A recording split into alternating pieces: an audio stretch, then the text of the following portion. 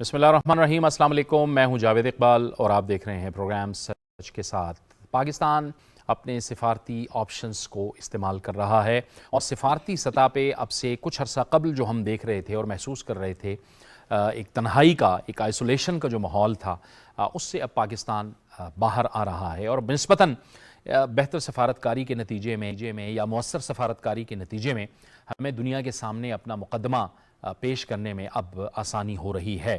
یہ سلسلہ اگر ہم دیکھیں تو جب پاکستان میں سیلاب آیا تھا تو اس وقت سے یہ سلسلہ شروع ہے کہ ہم پوری دنیا کو اپنا موقف بتا رہے ہیں اور آج تک یہ صورتحال جاری ہے۔